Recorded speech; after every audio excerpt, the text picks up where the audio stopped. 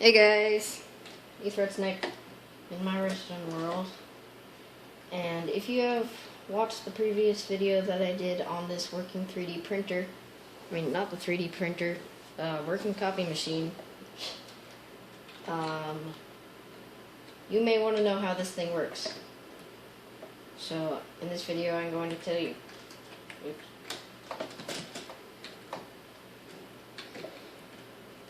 Yeah. This is inside the machine.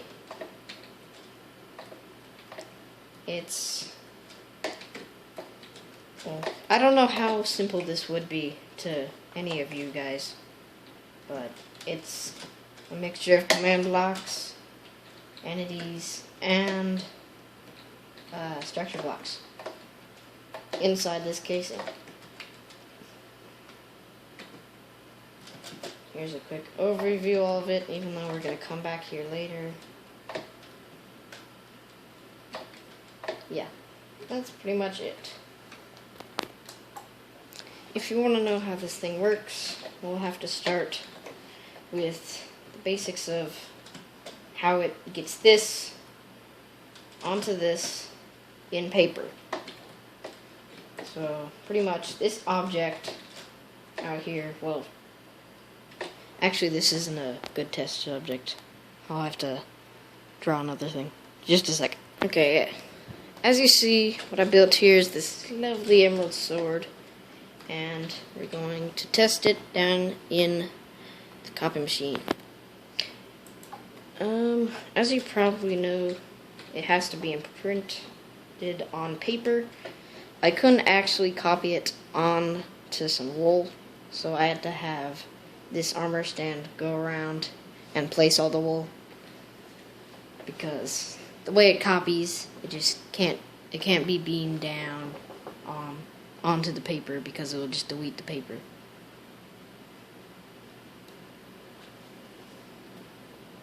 As you can see, this guy is getting almost done. So if we see right here, and he goes all the way to the start.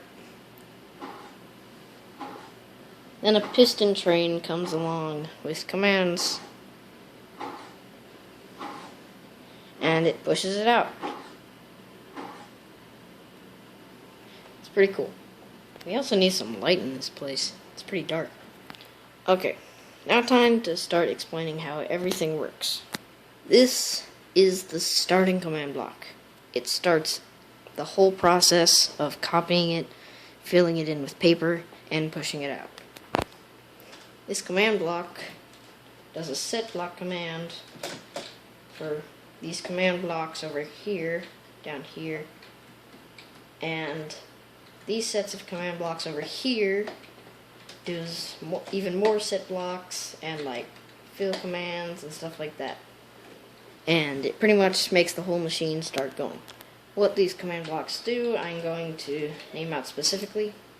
This sets the block right above it to air, so if there's a redstone block here, it instantly removes it. It also sends out a redstone signal. These three command blocks just do more set block commands to other parts of the machine. This sets the cursor, which is this thing right here, to that spot. And these are pretty important. This starts this timer over here, because normally there's a redstone block here and it powers this redstone torch and stops the timer from going. That command block places a quartz block here instead of a redstone block, so the redstone isn't powered anymore, so this timer will start, which triggers this line of commands, which I'm going to get to in a minute. And then this one places a wool block,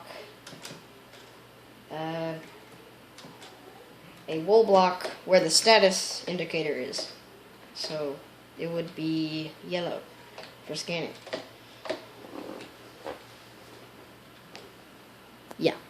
Also, what some of these set block commands do is they set a redstone block on the structure blocks, and it copies this object down onto the platform. Some of them also close and open the lid. Okay, so when this timer is started, it will trigger this line of commands. I do not want tulips. Trigger this line of commands, which is the control line for the cursor armor stand. So pretty much the redstone will go all the way down, and pretty much what it's searching for, the basics of it, is it's testing if there's air, where it is. If there is air, then it's going to place wool there, and then it's going to move forward. If there's wool under it. Now, if there is obsidian under it, after it places the wool, if there's air there, then it will teleport. Wait. One moment. Okay, sorry, the phone rang. I had to answer. Okay, where was I? Okay, if there was obsidian 2 blocks under from where it is, it teleports 8 blocks this way and 1 block that way. So it goes to the next row. Keeps going and teleports like this. Keeps going. Teleports like this. Keeps going. Until at the very end, if you might be able to see, there's bedrock right here. If it senses bedrock, then it is going to move all the way back and start the piston chain, which sends it back out. Also, don't worry, I'm going to replace the obsidian. So once it detects bedrock under it, it activates these command blocks, which set the block for starting the piston chain command blocks, which are down below. These are the piston chain command blocks. The piston chain command blocks pretty much just set the block, put redstone, and then destroy both blocks at once. So if I have a block right here, it would do like this, destroy both of them. Then do another one like this, destroy both of them, until all of that is out of the machine. So that's how the piston chain works. And that is how this machine works.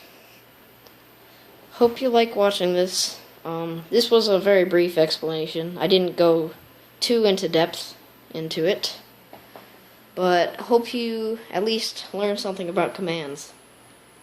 Remember to like, guys, and as always, remember to subscribe. See you later.